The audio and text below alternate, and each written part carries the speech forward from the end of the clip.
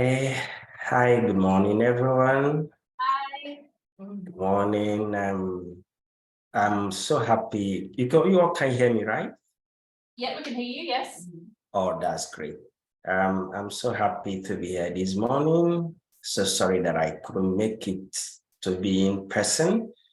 But my name is Paul Godswill Chukwemeka, and I'll be talking on conversion practices, its mental health effect on LGBTQI persons, and I'll be talking from the Nigerian perspective. So this is a very important topic, especially here in Nigeria. So many people tend to call it conversion therapy, but I can't call it conversion therapy because when you talk about therapy, you are talking about an act of healing or an act of wellness. But in this issue, it's not a therapy, it's a practice, and which is an act of coercion. That's why I would not call it conversion practices. Okay, so I'll go ahead with my slide. I'll start with the introduction. And in this introduction, I will start with a word from the Universal Declaration of Human Rights. It says all human beings are born free and equal in dignity and rights. They are endowed with reasons and conscience and should act towards one another in a spirit of brotherhood. Every human being on earth, every one of us, have free and equal dignity and rights. Everyone have right to life, right to what you want to do, right to how you want to live your life, and nobody should be coerced into doing otherwise. So in my slide, you could see I have some presentations here. In recent years, the mental health of LGBTQI persons, the mental health of LGBTQI persons have gained significant attention worldwide, as their experiences within society often differ from those of their heterosexual counterparts, which is very much true. The LGBTQI persons and their counterparts in their heterosexual counterparts have different attention. They get different attention from the society. The way they see the heterosexuals is different from the way they see the LGBTQI persons. And one of the most concerning issues affecting the mental health of LGBTQI individuals in Nigeria is the process of conversion practices, also known as conversion therapy. As I said earlier, some people tend to call it conversion therapy, but I wouldn't call it conversion therapy because therapy is an act of healing or an act of wellness. But in this case, it is an act of coercion, trying to make somebody change from what he or she is to another thing altogether. So that is why I desist from calling it conversion therapy. So let's start with this conversion practice. Am I too fast? Hello, can you all hear me? We can hear you. Yeah, should I go ahead? Yes. Okay. I said that conversion practices refers to any attempt to change a person's sexual orientation, gender identity, or expression through psychological, spiritual, or even physical intervention. These practices are based on the unfounded and discredited belief that being LGBTQI is a mental disorder or a sinful behavior that can and should be changed. So in the context of Nigeria, most of the LGBTQI persons are seen to be demon-possessed. They see them in the aspect that they have spiritual problems, or they have psychological problems, or they have mental problems. So it's not a normal thing in our context here. They are seen from a different perspective. So in Nigeria, conversion practices are often driven by societal and religious attitudes. This kind of practices come from the religious aspect mostly, when there are certain different beliefs, both in Christianity, both in Islam and otherwise. They have a belief that the LGBTQI persons or LGBTQI people are not normal. They have one problem or the other. and they are being forced to change from what they are to another thing altogether through different practices, which we are going to discuss elaborately on this discussion. So as I said before, these practices are driven by societal and religious attitudes that stigmatize and marginalize LGBTQI individuals.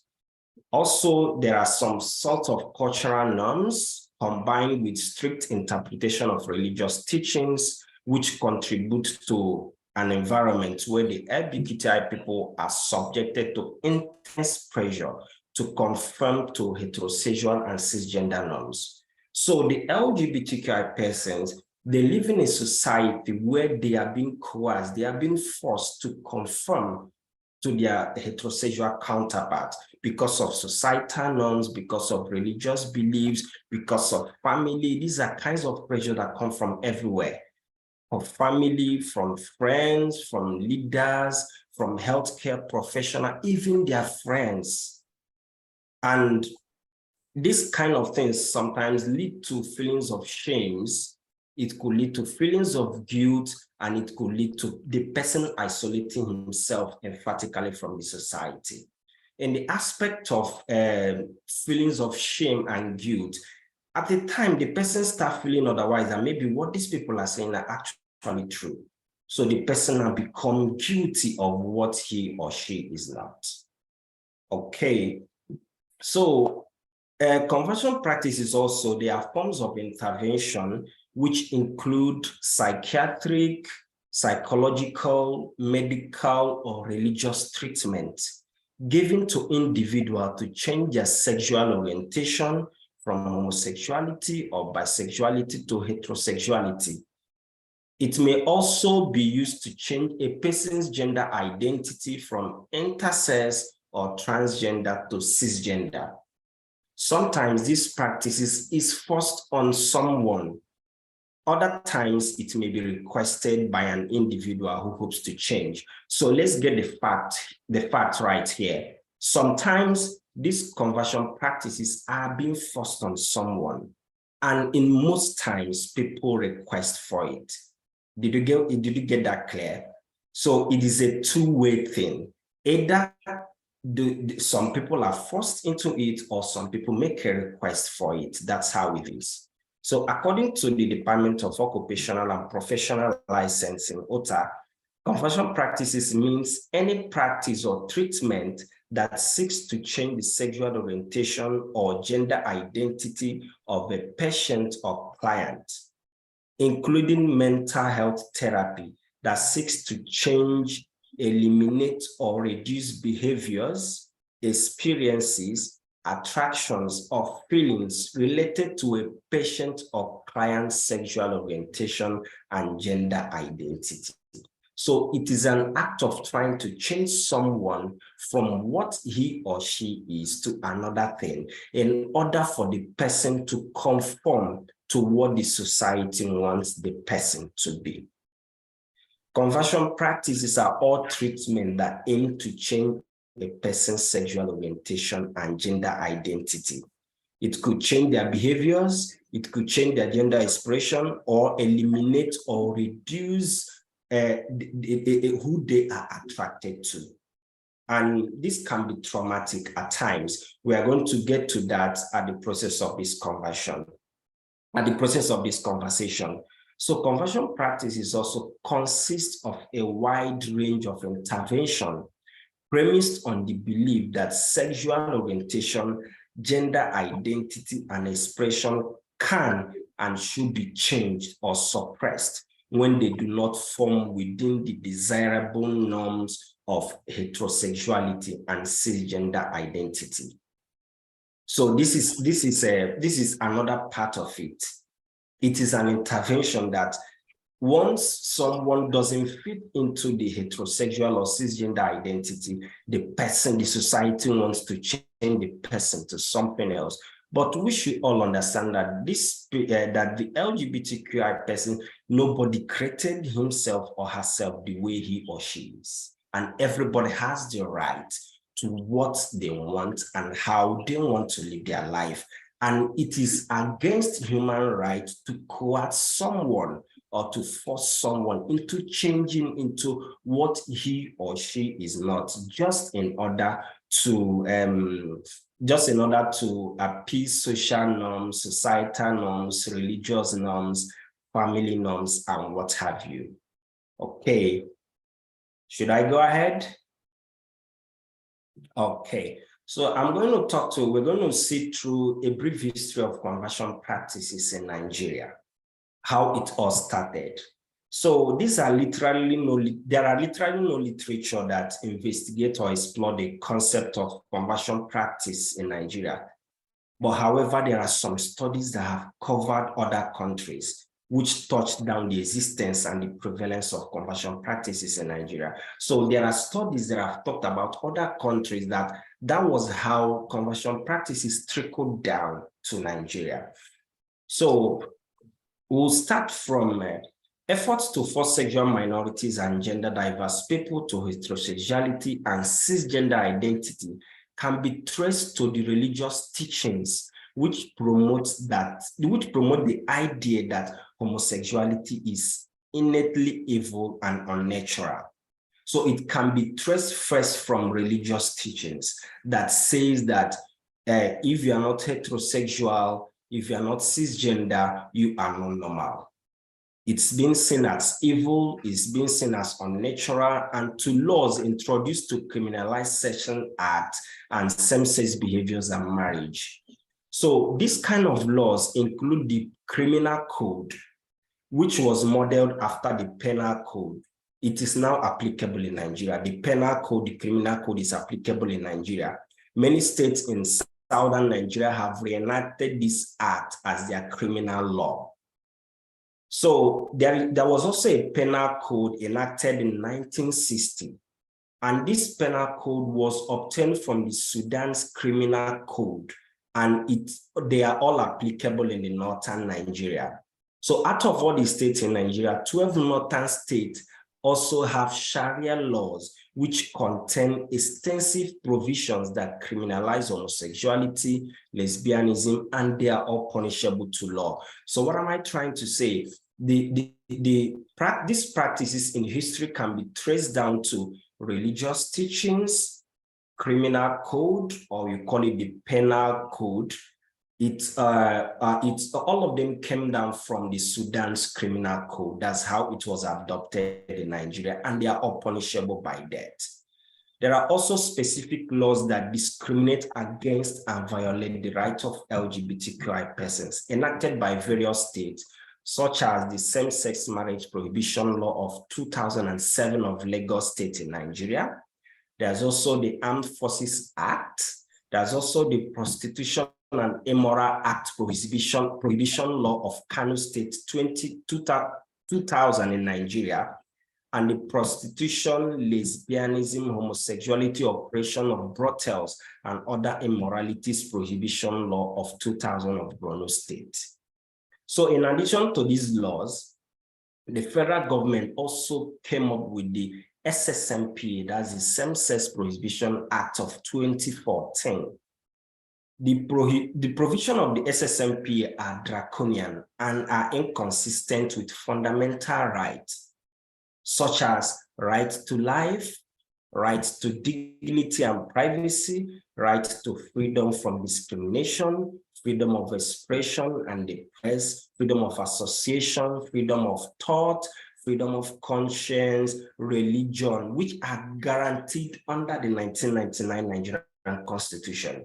So what am I trying to say? These laws, they are all against human rights, which is enacted in the Nigerian 1999 Constitution. That's why I will always desist to call it conversion therapies, rather conversion practices, because they are all acts of coercion, forcing people to turn into what they are not.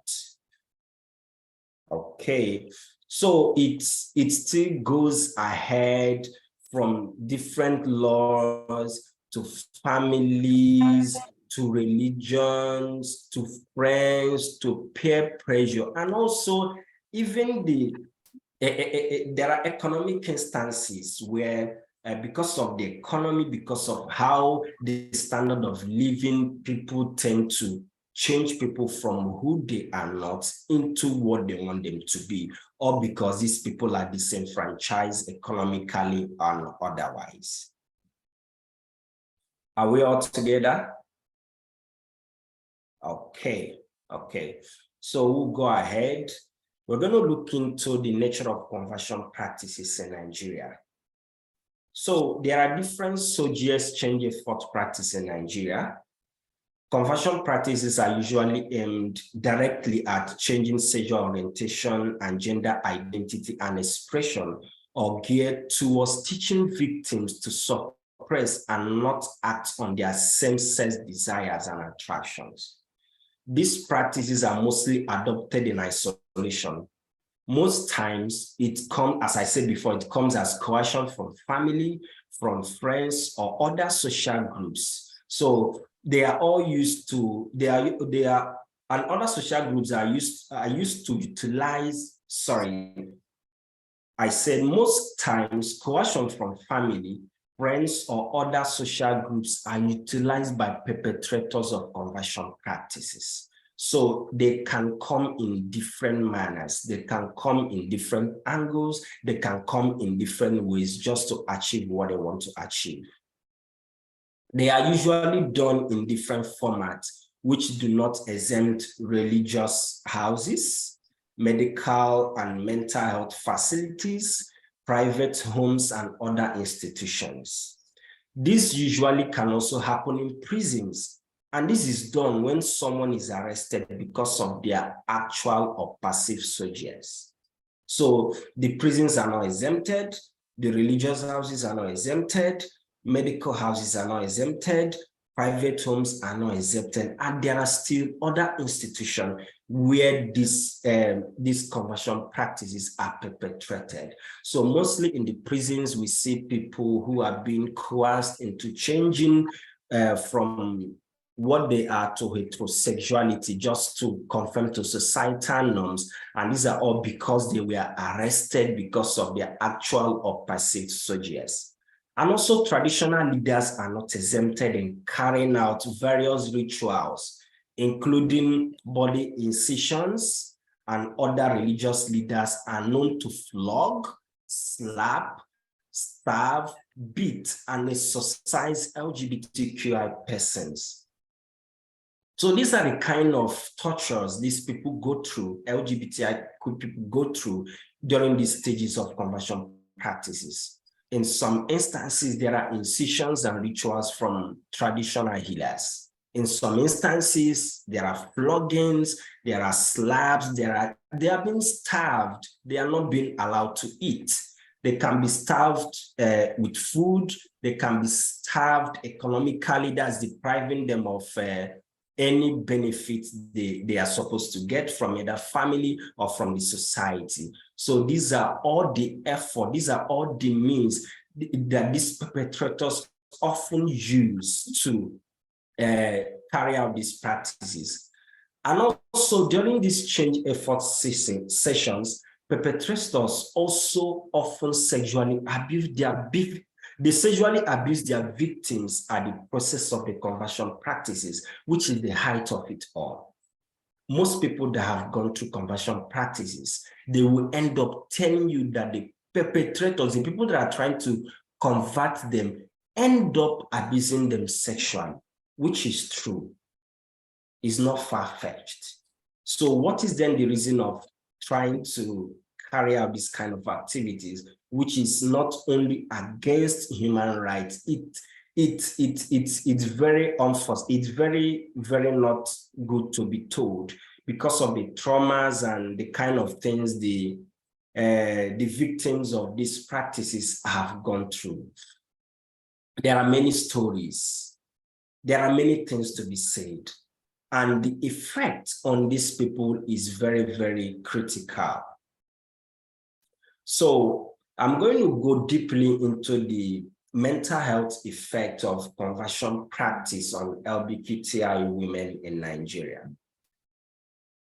So conversion practices have been widely discredited and condemned by professional mental health organizations worldwide due to their harmful effects. So that means this is to say that conversion practices is an act of harm. They end up being harmful. There are harmful effects of conversion practices. So we're going to look at some mental health effects that can be observed among LGBTQI women in Nigeria who have undergone or are subjected to conversion practices. So number one, we'll look at the psychological distress. They go through psychological distress. So conversion practice often involves stigmatization, rejection, and discrimination against LGBTQI women. This can lead to significant psychological distress, including symptoms of depression, anxiety, and low self-esteem. These practices invalidate their identities and contribute to a sense of internalized homophobia or transphobia. Because at the process of trying to carry out this practice, when this psychological distress comes, it can grow into internalized homophobia or transphobia, depending on how some people are not able to handle psychological distress, like anxiety, like depression, like low self-esteem. And all these are harmful mentally to the LGBTQI women who have undergone this kind of practices. Also, the second mental health effect of conversion practice is identity confusion and shame. Not only do they undergo psychological distress, at the process, they can now become confused of their real identity.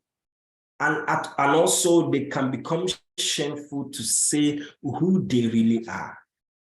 Conversion practices can create confusion and shame around one's sexual orientation or gender identity. LGBTQI women may feel pressured to conform to societal expectations, leading to a disconnection from their authentic selves. This internal conflict can result in profound emotional distress and identity confusion. I know some people that really, they've undergone these kind of things and they are now confused of who they are. They can't really say that this is who I am because of the mental health effect. When they think about it, when they try to recount what they've gone through, they are totally lost of their gender identity and expressions. So these are very harmful and they have serious mental health effect on the people that have gone through this kind of harmful practices. Also, there is the PTSD, that's the post-traumatic stress disorder. The experiences of undergoing conversion practices can be traumatic for LGBTQI women. The coercion, the emotional abuse, and the effort to change a fundamental aspect of their identity can lead to symptoms of PTSD. Flashbacks, nightmares, hypervigilance, and avoidance behaviors are common in individuals who have experienced such trauma. So they can easily recount what they've gone through. It can put them into a series of nightmares. And they also become hyper-vigilant.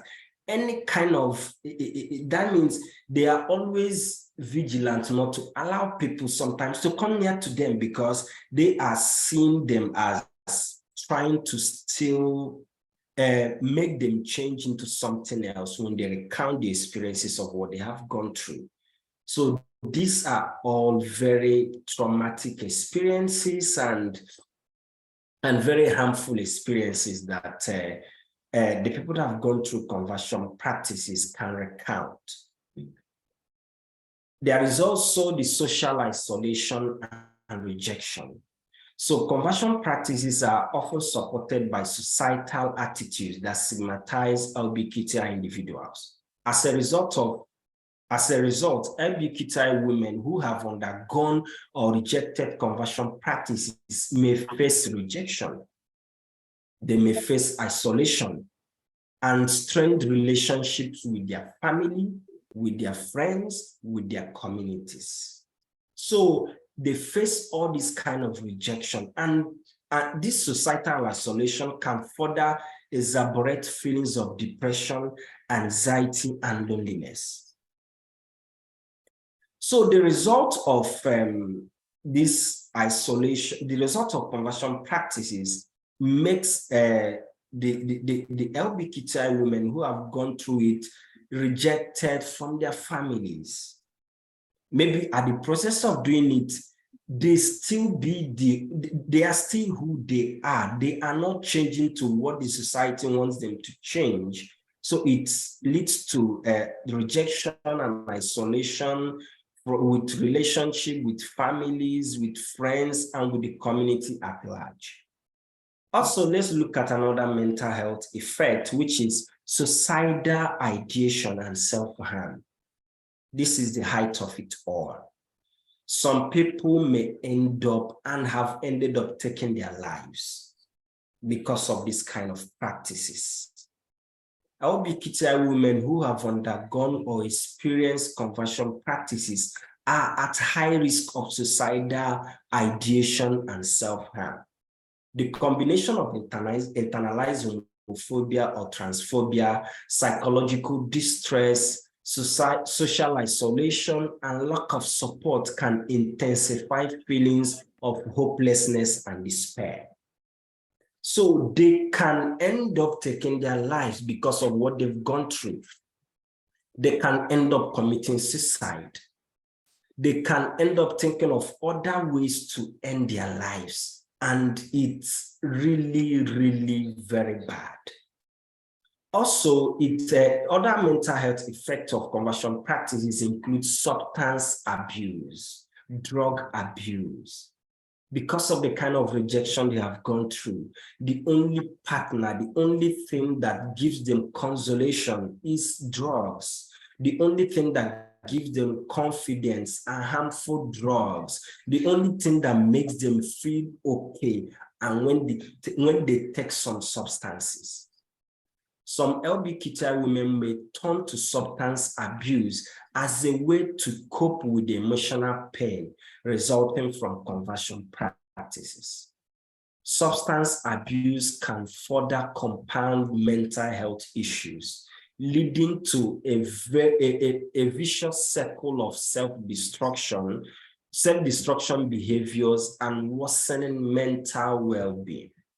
So the only consolation they have, the only consolation they get, the only way they tend to be calm, the only way they tend to be themselves are when they take some harmful substances. And these substances can worsen their mental well-being. Also, there are disrupted sexual functionality and intimacy. Yes, conversion practices can lead to that. Is part of the mental health effect of conversion practices on LGBTQI women in Nigeria. So conversion practices can create significant challenges in terms of LGBTQI women's sexual functioning and intimate relationships. Feelings of shame, feelings of guilt, and internal conflict may affect their ability to form healthy and fulfilling relationships. Sometimes it leads to difficulties with intimacy. Sometimes it leads to self-acceptance and sexual dissatisfactions. So it's a whole lot of things, a whole lot of mental health effect on LGBTQI women who have undergone all these kind of conversion practices. They are up to 1.2 million LGBTQI women in Africa have undergone conversion practices over the last over the last 10 years. And there are statistics to back them up in Nigeria. Some researches have been carried out by organizations like TEARS in Nigeria, like Initiative for Gender Equality and Sexual Reproductive Health. They have carried out some researches that shows the number of people that have been coerced, the number of people that have been forced to change into what they are not, just because of societal values, just to make them align to what the society wants them to be. So conversion practices looks at making you become what the society wants you to be, and not making you become what you want to be, or making you be who you are. These are very dangerous things. I am who I am. I choose who I want to be because I feel comfortable I feel comfortable being who I am. So trying to change me into something else can damage my mental health. Trying to change me into something else can destroy intimacy and relationship with people. Trying to turn me into what the society wants me to be can disrupt sexual functionality and intimacy. It leads to substance abuse. There are a lot of LGBTQI women in Nigeria who use drugs. And they do this just to find solace. They do this just to be comfortable with themselves. They do this to avoid all kinds of pressures. They do this just to be themselves, because they want to forget so many things that have happened. And we know that drug abuse or substance abuse is very dangerous. Is medically not accepted. But this kind of practices push people into doing what the society doesn't also accept, which drug abuse or substance abuse is part of it. It's medically unfit, it's societally not unacceptable, and so many things. And the suicidal ideation and self-harm part of it is also something dangerous. You could imagine someone that have gone through conversion practices, and at the process of this practice, the person, the perpetrator ended up sexually abusing this person. When the person recounts the trauma, when the person recounts what they've gone through, it could make them lose faith on everybody. It could make them lose faith on themselves. It could make them lose faith on the society. It could make them lose faith on religion. It could make them lose faith on anything. And most of them, the final end of it is nothing else than to take their lives, because they are not living their truth anymore. It's an abuse to human rights. Is an abuse to human rights, and it should not be tolerated at all. Are we all together? Okay. So these are most, there are also other mental health effects of conversion practices. I just highlighted these few because these are critically the major mental health effect of conversion practices on LGBTQI women. Why am I talking about LGBTQI women? The organization I work for, Initiative for Gender Equality and Sexual Reproductive Health in Nigeria, we program for LGBTQI women. So it's a series of research, it's a series of studies that I've gone through, and also experiences I've seen working with LGBTQI women. When most of them tell you their stories, they are disheartening. When most of them relate their stories to you, sometimes you cannot, if you don't have a strong, I would call it a strong shock absorber, you may not be able to carry the weight of the kind of abuse these people have gone through. And when you put yourself in their own shoes, you would see that they are not to be blamed. They are not to be blamed of what they tend to become after going through these kind of practices.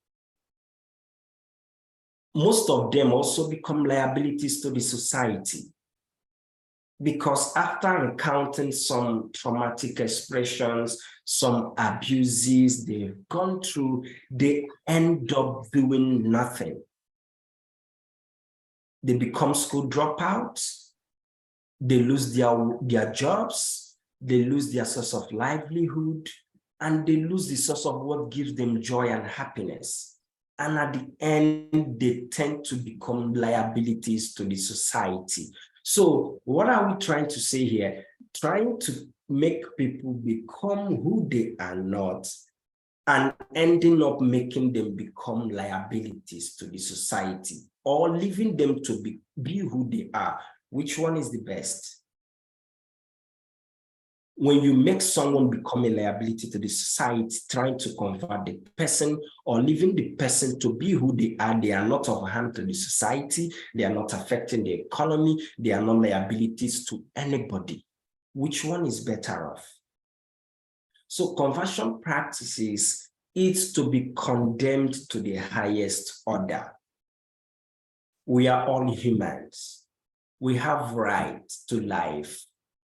We are all humans. We have right to association. We are all humans. We have right to expression. We are all humans. We have right to dignity of who we are. And we should not be forced. We should not be coerced. We should not be pushed into becoming what we are not. Most at times, the people that undergo conversion practices are being coerced with money. They get a lot of promises. They get a lot of promises from the perpetrators. We will do this for you, we will do this for you, we will do this for you. And at the end, they end up doing nothing. They end up leaving the person helpless. They end up leaving the person hopeless. They end up leaving the person dissatisfied. They end up leaving the person becoming a different thing altogether. They end up leaving the person becoming worse than the society can handle. And these are very dangerous. These are very dangerous, and they have various harmful effects. They have various mental health effects on the people that have undergone such practices. Okay, we are all together, right?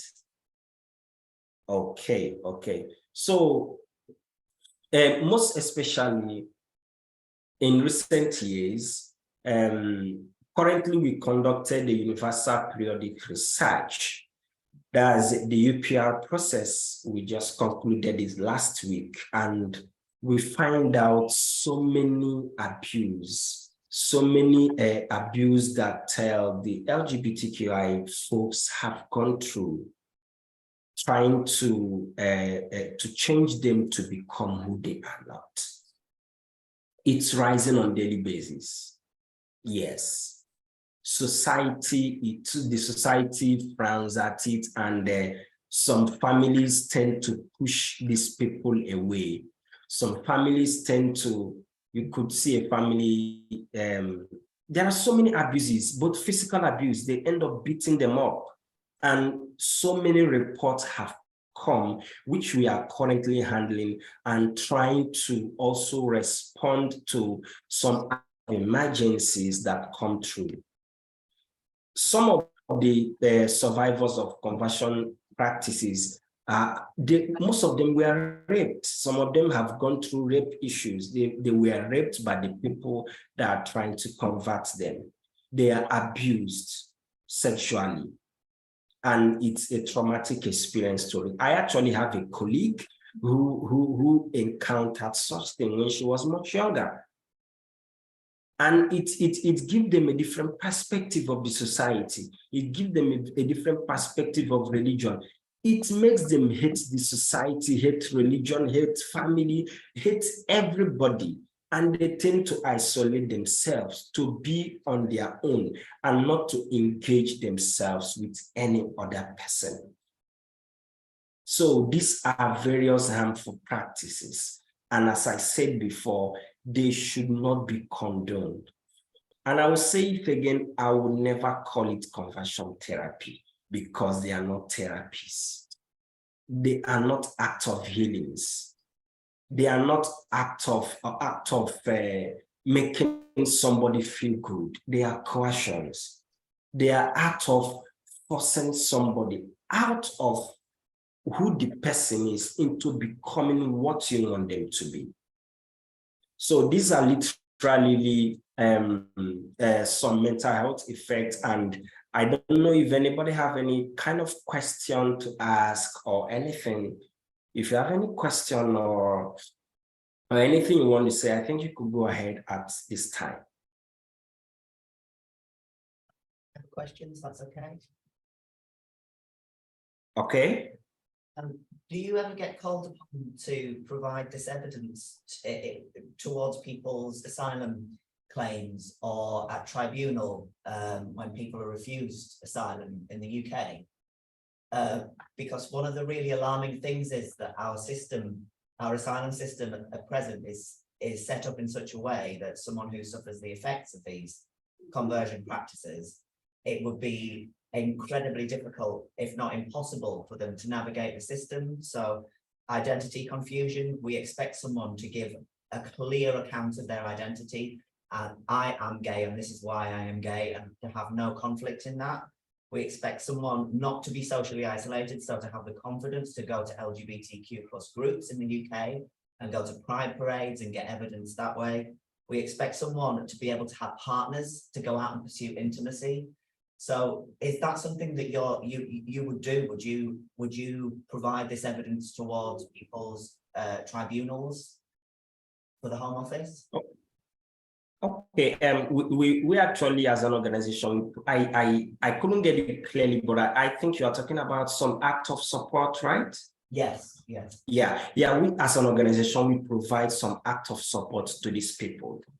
We have quite a number of people. We have an emergency response. We have emergency response funds that have been dedicated to this kind of persons. Once they go through this process, they can contact us and we attend to them to the level that we can. If we as people cannot handle it, we reach out to other organizations. At times, we also reach out to the National Human Rights Commission in Nigeria. Yeah, because these are human rights abuses. They are human rights abuses. So we have some partnering agencies, some government agencies also that help to intervene, like the Human Rights Commission, like the National Agency for the Control of AIDS in Nigeria. They have a department that also help in mitigating in such issues and situations. I don't know if I answered your question. Sorry, it was more as well. Yeah, thank you. That's helpful information. But mine was more as relates to our system in the UK, which is Okay. it's set up in such a way that we don't understand these things. We don't understand that people have gone through these traumas. The Home Office doesn't, and they make people answer questions that would be really difficult or impossible if people have gone through these traumas. So I didn't know whether that was an area of research that you do as well, or whether you would be willing to provide this evidence to the UK Home Office in certain. Sure. Yeah. Thank you. Anyone else have any questions? No, that's great, Paul. Yes, please continue. I cannot hear clearly, sorry. Please continue. Okay, I should continue, right? Okay, so I would, I think I just have a few minutes to round up. And I would like to end with these final notes. It is crucial to emphasize that conversion practices are not only ineffective, but also deeply harmful to the mental health and well-being of LGBTQI women in Nigeria. Mental health professionals and society at large should prioritize creating safe spaces, providing affirmative support, and advocating for the rights and dignity of LGBTQI individuals. So it's very important that we provide support to these people that have undergone such practices. It's very important that we provide both affirmative support. It's very important that we prioritize their well-being. It's very important that we prioritize their mental health. It's very important that we support them in every aspect that we can, as organizations, as an individual, as an institution, as a society, as a community. Creating safe spaces for them is very important. Creating affirmative support, solidarity with them, telling them, yes, we know what you've gone through and we are behind you. We are supporting you. And also advocating for their rights. Advocating for the rights of the LGBTQI people. It's very, very important. It's key. And we need to carry certain kind of sensitization and orientation to all institutions, both the religious institution, the academic institution, the political institution, the political class, the armed forces, the civil society. Everybody needs to be part of this. We need to join hands together and advocate for the rights of all. If one is not free, we all are not free yet. All of us will be free when everybody have dignity to right of who they are. When anybody can express themselves freely. When everybody can express themselves without fear. When everybody can express themselves without discrimination. When everybody can express themselves without being coerced to turn into what they are not, or turn into what the society wants them to be. So we need to join hands together. Any kind of support you can provide for any organization you work with, any civil society you work with, anybody you work with that work with the LGBTQI persons, any kind of support you can provide, it's well welcomed and it will be really appreciated. So I think the little I can share with us on conversion practices and its mental health effect on LGBTQI women from the Nigerian perspective. So I don't know if anybody have any kind of contribution or any other thing to share before we round up.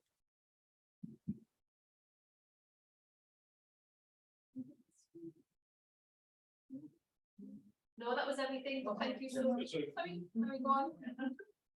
I just wanted to know, because sometimes I watch Nigerian films and I've seen a lot of like what they term mob justice. So in connection with LGBTQ+, do they practice that?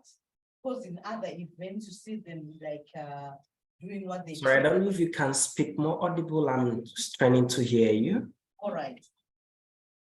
I said sometimes I view Nigerian movies, and in those movies, you find that they are very familiar with what they term mob justice, when they want to punish someone. So in connection with LGBTQ+, do they practice that as a form of punishment? Yeah. Sometimes, yes, it is. Sometimes it is. And you know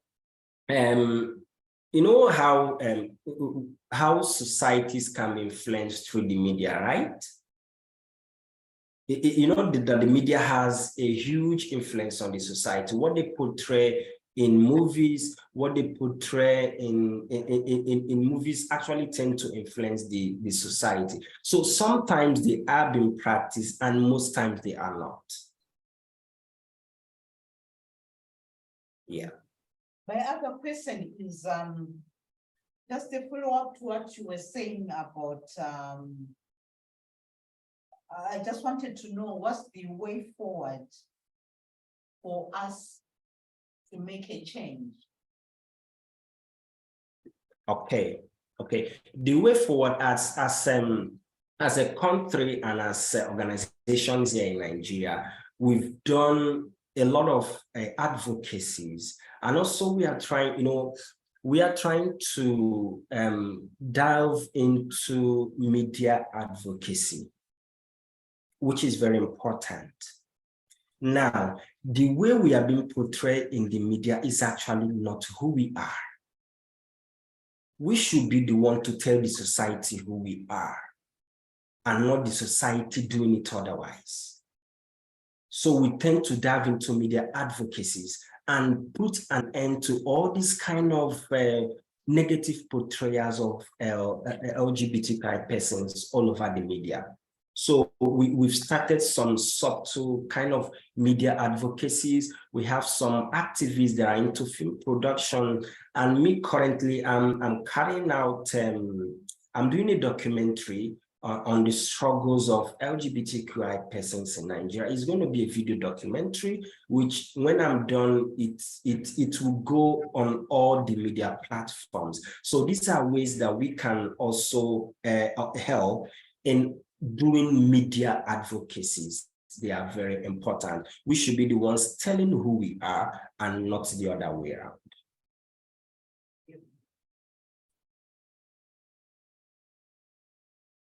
Did I answer your question? Yes, thank you very much. All right, thank you.